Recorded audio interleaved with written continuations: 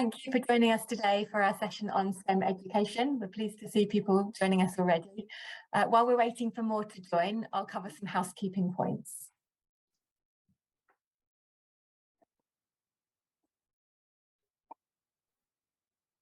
Can everybody see the slide okay? It's a bit big for me. Not working okay?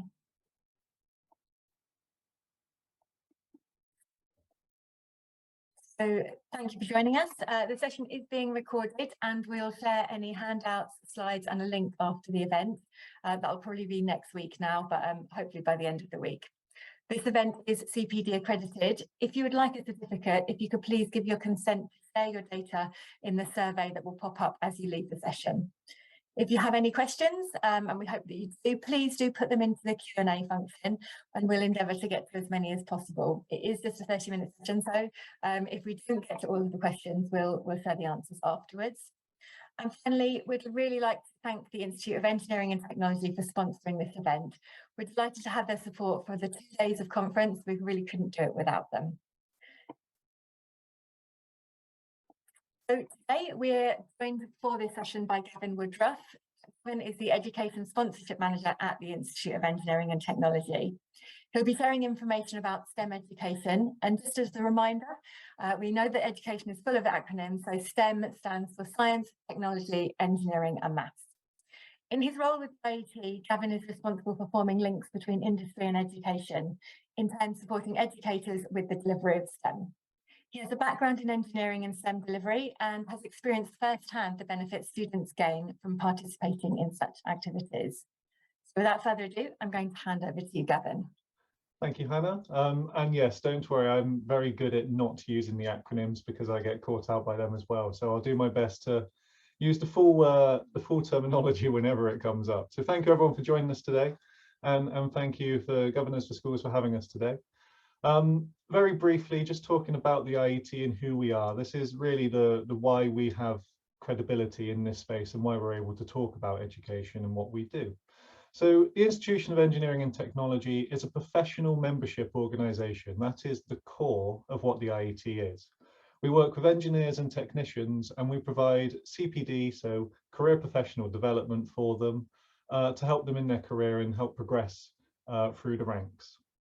And that's really the core of what the IET does. We've been around for 151 years now, and it is important to say that we have 155,000 members across 153 countries. We are a registered charity in the UK, so everything we do is a non-profit organisation. We are all about giving back to engineering as an industry. And our mission is to inspire, inform and influence the global engineering community to engineer a better world. And that last bit is the important part, to engineer a better world. That's what we hope to achieve. Now for the IET, education is a strategic theme for our 2030 strategy. We are very focused on helping education improve STEM, so science, technology, engineering and maths, lessons, and enabling teachers to deliver these subjects to the students. Our goal is to support the full breadth of the industry, not just a particular sector. And I think this is important for you to consider because one of the roles that we see schools performing is giving careers advice and setting students up for their future aspirations. And it's important to say that engineering is an industry that is growing. So Engineering UK has estimated that there will be a shortfall of 59,000 engineers and technicians entering the industry. So in terms of where skills and jobs are available, engineering is one of those thriving industries that need more people coming in. So there's much opportunity there for people to get involved. During the academic year, we engaged with 39,000 students across our STEM programs, and that's across the UK and Ireland. And through our online engagement campaigns and our teaching resources, we've engaged with 60,000 in total. And when we talk about industry, I mentioned that we work with the full breadth of the engineering and technology industry.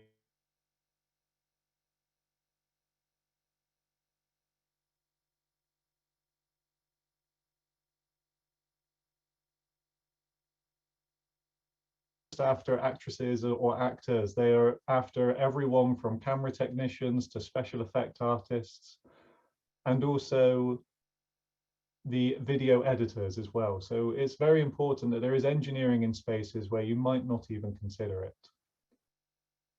So the benefits of STEM's education to the students. And when I say STEM education, a lot of the work we do can be done extracurricular, but we're trying to bring it more within the curriculum. So some of the work we do is through STEM challenges and STEM activities. But through everything that we do, including our online resources, we try to enable teachers to teach STEM subjects in a real world setting. So advancing education by giving students and teachers the understanding that what they're learning has real world implications. And I remember being back at school where students would say, what's the point in learning this? Everything that we do tries to address that question and build their understanding why it's important. So things like trigonometry, where a student would say, why are we learning this? In a real world setting, even things like DIY, where you're doing something at home, you could end up using that to help with the mathematics and making sure that you measure twice and cut once, as opposed to making many offcuts. Another thing that STEM allows us to do is break down stereotypes. Engineering is no longer the oily rag industry that it might once have appeared to have been. The use of coal is gone down drastically, and these dirty environments have left the working place altogether. Engineering is actually a very clean industry now in terms of the working environment. Sometimes it's behind the desk using computer-aided design to design something that then gets put into the manufacturing workshop. But even the workshops themselves are very clean as well. Organizations take great pride on keeping their workshops clean. A clean workshop often leads to a more effective and a more efficient workshop. So that's the reasons why. But it's also important that everyone, every young person, sees it as a potential opportunity for them. We strongly believe at the IET that no one should have a preconceived idea of what they can and cannot do.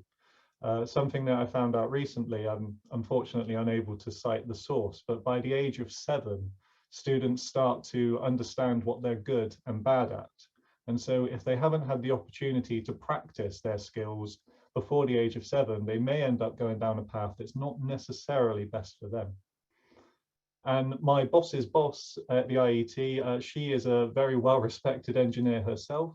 And at one of our STEM challenges, she was able to go around the tables and talk to the students about her experience as engineering. And she was able to connect greatly with the female participants and highlight to them that this is a career that they can be a part of as well. So that brings in, breaking down the stereotypes is really well connected to giving students real world role models. So these are people that are not your celebrities, that are not on the TV. These are people that they can meet and talk with in real life, who can talk from first-hand experience about their skills and their knowledge and the journey they took into the industry. So that is what STEM enables you to do. It enables you to bring people into the classroom setting, talk about the real world environment with which they will be working in, and why the skills that they're learning, why the subjects that they're learning are important to their careers. Now, one slide that I've given its own is the employability and life skills. And I've given it its own slide because this is the hidden learning that takes place within STEM. So these are the employability and life skills that students gain, and that is team working.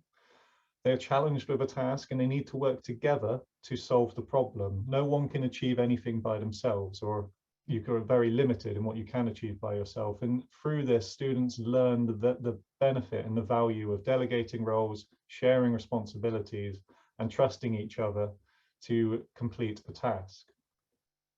Now, what goes hand in hand with that teamwork is also the communication, describing in rich detail, giving clear instructions, and especially in my own experience working in engineering, a picture is truly worth 1,000 words. That saying is understated.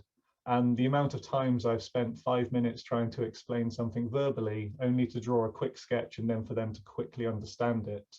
That's also an important communication skill. So not only do they practice their verbal and written communication skills, but also just thinking more outside the box about different ways you can use to convey your message, whether it be hand signals or sketches. And again, that leads into problem solving, being able to stay focused, remembering a challenge or a task, setting goals and making plans. Problem solving is really the core of what engineering is. And if someone was to ask me what is engineering, that would be my simple response. It is solving problems. And the one thing that's left at the end of all of this is resilience. Being able to persevere when ideas fail and staying calm under pressure. And the STEM challenges in particular are brilliant at giving students an opportunity to practice their resilience skills. I think in the everyday classroom setting, the only opportunity students really get to practice their resilience is come the exam season. And when they are pressured and thinking about their results, trying to achieve their best, they need to stay calm under that pressure and not be worried about failing. But leaving it until the exam season for students to practice this resilience is actually unfair on them. So through STEM, we're able to give them an opportunity to practice resilience and gain that resilience before they get to the exam season. And this serves them better and enables them to stay calm when trying to remember something that they might have forgotten, and then they can come back to that question later. It's all about staying calm under pressure. So these employability skills are very important and actually serve students well throughout their life, not just their career, but also their personal life. And through STEM, I've seen students who have been at risk of reoffending, re-engage with education and be able to work on their resilience skills, on their communication skills. And it's brought them back into mainstream education as well, which has been a fantastic journey to see and something I've been very, very grateful to be a part of. So these are the reasons why. These are what students benefit from it. But it's also worth saying that teachers can also benefit from this as well. By being able to give real world experiences to what they're teaching, they can teach it confidently. And when that question does come up with the why are we learning this, the teacher feels supported and able to answer it, as opposed to saying it's on your test and you need to learn this. They can say, no, this is where it comes up in future careers. So it does give the teachers benefit as well and can benefit the whole school. One thing with STEM is that it is multi lessons. It's science, technology, engineering and maths. It's all of them combined. So it's cross-curricular. And that's something that schools can really use to advance their education. And with communication being a strong part of it, English could be a part of this as well. Working on their communication or persuasive writing skills. So don't just take my word for it. Here are some of the testimonies that we've had from those who have participated in our STEM activities. I will leave you to read these. I won't read these for you, but I'll talk more about my own personal experience. So I was a student who was unsure what I wanted to do, and I participated in a STEM challenge, very similar to First LEGO League, which is what I'm going to come back to. I participated in 2 STEM challenges. So one of them was very similar to First LEGO League. And through this ability to be able to play and test my ideas, I was able to pick a career, go down a route that really interested me. And going back to those life skills, I was the type of student who in year 4, I vividly remember pretending to be sick the day that we were due to do a play, an assembly hall in front of everyone. There was also another time I had to play the harmonica in front of everyone, and I just got so nervous that I actually just pretended to be ill and didn't go to the assembly. But through the STEM challenge, I built up my confidence, and it's quite difficult to pinpoint the reasons why, but I think if I was to try, through the STEM challenge, I was able to have ideas and then put those ideas into motion and practice them. And by being able to test my ideas and see the results, I was able to build up my confidence and see, yes, my ideas can work and sometimes did work. On the flip side, if they didn't work, it was an opportunity to practice my resilience. So either way, I was benefiting from those opportunities. And I was able to go into an engineering career where I spent 5 years at engineering before transitioning to a different role. So I did go into the engineering career, and from that, all of the subjects that I've participated in, all of the skills that I've gained have actually transferred very well to my other career. So engineering has a lot of transferable skills, and I do believe that you can put anyone into an engineering course and those skills can be easily transferred. So you could easily go from an engineering course into a finance course if that was something you wanted to do. So hopefully you've had a chance to read some of those testimonies, but it will be available, the presentation will be available at the end of this session should you want to go back and read them. So what does the IET do to deliver STEM? So first off, we have our two competitions that I've been talking about. We have the first LEGO League, and then we have the Faraday Challenge Days. These are our competitions, and these take place right across the UK and Ireland. We then have our teacher support initiatives. So online STEM resources and our IET teacher membership, which is all available for teachers and is aimed at supporting teachers. Now we'll talk about that top row in more detail in a minute, but quickly I just want to talk about our IET education officers and ambassadors. So as I said at the start, the IET, the bread and butter of the IET, is that it's a membership organisation with engineers and technicians from industry. And we ask those members to become education officers and ambassadors to really fly the flag for the industry and to go into schools and help support teachers and schools with delivering STEM. Now I'm focusing on schools and teachers given the nature of the conference, but we do work with extracurricular parties such as Cub Scouts, it could be youth groups or libraries. We do work right across the board wherever a student is engaged or wherever a young person is engaged. We also partner with the Digital Poverty Alliance, and the objective of this partnership is to bring an end to digital poverty by 2030. It's quite an ambitious goal, but it's something that we really hope to achieve, because as the pandemic showed everyone, the digital divide is quite important and can have negative effects on a student's ability to learn, and we want to be a part of the solution that closes that gap. And then flying through the next two is grant schemes that the IET has available. So students looking to progress to university who don't necessarily come from a background who could afford it, we provide grant schemes that support the financial aspect of them going to university, support them through their learning and their career. And we also conduct a number of research and impact reports. And recently we've done a report called the Engineering Kids Future, which is working with industry and educators to put together recommendations for government on how the curriculum can be improved for STEM. So how the government can make quick wins that will improve STEM in the education space. And we're looking for as many signatories as we can on that report before we send it to government. So please keep an eye out if that's of interest to you. Engineering Kids Futures. So going into more detail, and sorry, I jumped a bit.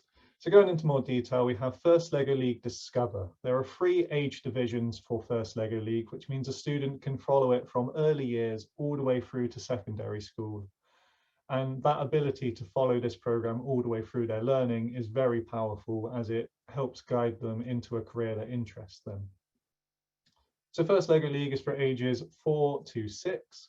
And it is all about mechanical play learning. So it's playing with Lego Duplo bricks around an annual theme. This academic year, the theme is on the use, consumption, creation of energy. So it's all about energy, which is it's a very interesting time given the energy crisis that's been put in the news. So it's very much an impactful theme as students and parents and teachers are all hearing about it on the news. So looking at the students' journey, they'll learn about the theme, they will create fun Lego models that help challenge their learning and challenge their ideas. They will record what they have learned in their engineering notebook, and then at the end of the sessions, they will share their ideas and their final designs. So these are guided sessions that Lego have created to help teachers through the process, and it culminates in a celebration event where they share their ideas. So First LEGO League Discover takes place fully within the classroom. First LEGO League Explore is for ages 6 to 9. And this is where we start to bring programming into the competition, into the challenge. So no longer are they just doing mechanical challenges or mechanical ideas. They are now bringing programming into it as well, using a Lego robot called Spike Essential. But much like Discover, looking at the student's journey, they will learn about the annual theme, they will create a team model, and they will also design a team poster. So now we're starting to expand on the communication element of STEM. And on this poster, they should share what they have learned, what they have overcome, and what they have designed with their team model. And these will be presented at celebration events. So these can take place within the classroom, or they can go to a regional festival outside of the classroom and share their ideas to other schools around their local region. So this is where you start to take students out of their comfort zone slightly, outside of a familiar setting, which allows them, I think, advances the education that they learn from taking part, because it puts them in an unfamiliar setting and all of their senses are heightened in that environment. So a very, very much progression route looking here from Discover to Explore. And then that brings us to Challenge. So Challenge is where we start to bring in the competition and where resilience really starts to come in strong. The idea is that they need to design a Lego robot that completes a number of challenges within a 2.5 minute time frame. So they have to strategize and plan out what missions they're going to do. The more points they get, the more chance they have of winning. So looking at the roadmap for the students, we have the robot game roadmap, which is what I just discussed, where they develop their game strategy, design, build, and code their robot, test and refine their robot so that they're not just going off blind, they are going to test it and make sure that it works. And then they will compete at regional events against other schools. And this is where the pressure element comes in and where they need to stay calm under pressure and helps them practice their resilience. What runs parallel to this is the innovation project. So this is where they research the theme and they have to identify a real world solution. And often this involves reaching out to industry, talking to an industry professional. With that professional, they will develop a solution and then they will present that solution to a panel of judges. So very much a Dragon's Den style setup. And a winner will be chosen from the event based on both their robot game and also their innovation project. So this is a competition, it is a challenge. So that is the progression of First Lego League. Our other challenge is the Faraday Challenge, and I describe this as the ideal engineering lesson.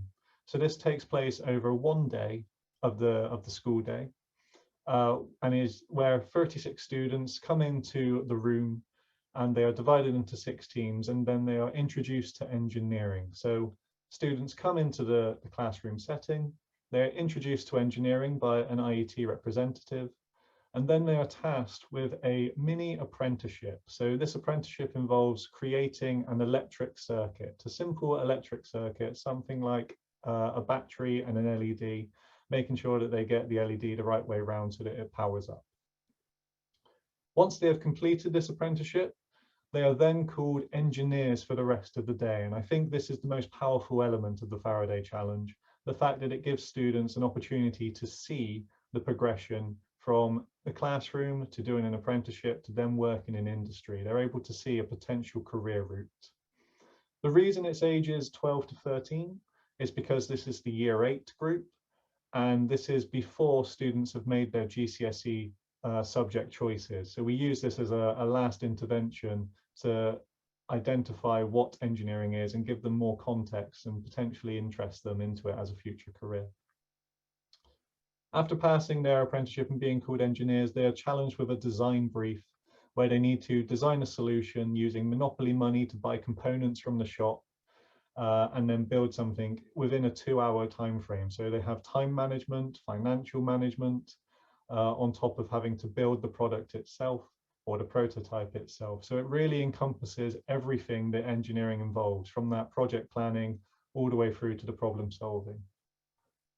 So if you look at the student's journey, it is an introduction to engineering. They complete the apprenticeship, review brief and build prototype, and then, much like the innovation project for the First Lego League, they present the idea to a panel of judges who then ask them questions.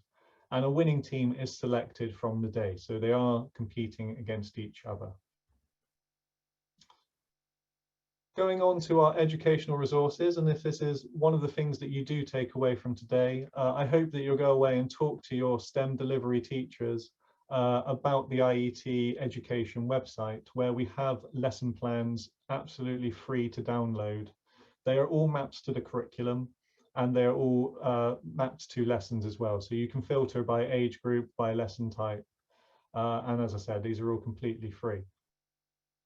We also have educational podcasts as well that we host with a series called Undercover Engineers. So it's all about trying to highlight where engineering is present that you might not be aware of. And it's a brilliant 10-minute episode that gives students and teachers a snapshot into the engineering environment. So hopefully you'll go away and look at our IET education resources. They are all free to use on our website, and we are continuously updating what is available. So please keep an eye out for that. And you'll be able to find the resources on the IET education website, TESS, which is the name of the website, STEM Learning, or teachingideas.co.uk. These might be places that your teachers are already familiar with. And then lastly, the teacher membership. So this is a relatively new thing that we've brought in, and it's taking what we know and what we do well with the industry membership and bringing it to the educational setting. So it's all about supporting teachers with their CPD progression and giving them access to industry links. So one of the strongest elements of the teacher membership is that it will bring them in line with the industry and allow them to network with our academic and corporate partners, including universities as well. So there's a lot of benefits to be had here, but I'm going to gloss over them because I'm cautious of time. So one of the takeaways, and this is where we'll start to bring in any questions, if anyone has any questions, so please start putting them in the chat. But for you to take away today, I think these are some of the questions that would be beneficial if you could start thinking about. So I won't read them away there, but I'll invite Hannah to come back and then we can start talking about some of the questions if there are any. Thanks, Gavin. That was really, really interesting. We have got a couple of questions. First off, how much does First Lego League and the Faraday Challenge cost? Are resources provided and can they be used in a whole school setting? Brilliant. So Faraday is free to schools. Unfortunately, I believe registration has closed for this year, but next academic year, it's definitely worth looking into it and being a part of it. So Faraday is completely free to schools. We try and do everything as cheap as possible because we understand the pressures that education is under, especially financially. For the First Lego League, there is a cost. So we have to purchase the Lego robot, which you can use year upon year. Depending on, the price does vary depending on your age group. So for the Explore category, the robot cost is around £300. For Challenge, it's around £600. Challenge, you can use that robot with 10 students. Explore, it's 6 students. And then Discover, we do a class pack model. So it's the full class that would get involved. And that costs around 1,400. So to help support these initiatives, we do have applications where schools can apply for funding.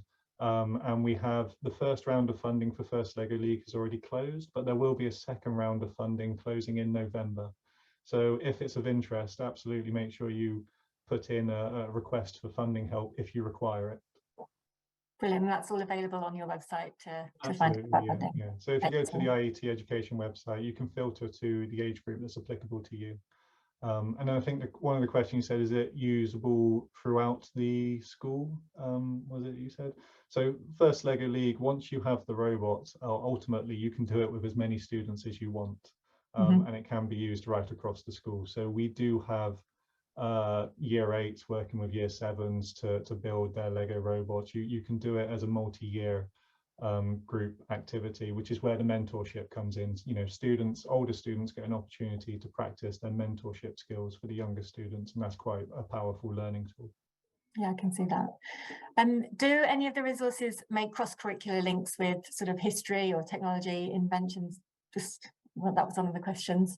It's an interesting one. So each year there's an annual theme, and sometimes there'll be opportunity for that. So this year for the Faraday Challenge, the theme is Future Flight. And through that, there's the opportunity to explore the history of flight and how we've gotten to where we are today. So the Wright brothers with the first manned aircraft, all the way to drone technology where we are now. So you can look at history in that sense.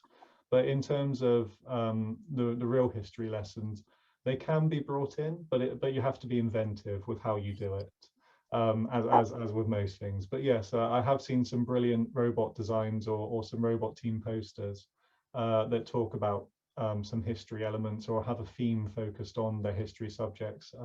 My favorite one was probably around the Romans. They were learning about the Romans, and they had kind of themes all around what the Romans used to wear in their armor sets. It was quite inventive and quite cool. Excellent. Thank you ever so much. It is 11:30, so we'll wrap it up there. Thank you ever so much, Gavin. It was a really, really informative session. I hope everybody enjoyed it. We will be showing the slides and a recording of the session so that you can watch back later and share with other governors. Thanks again to the IET for sponsoring our event. We really do appreciate it and look forward to seeing you at future sessions. Thanks so much. Brilliant. Thank you, everyone.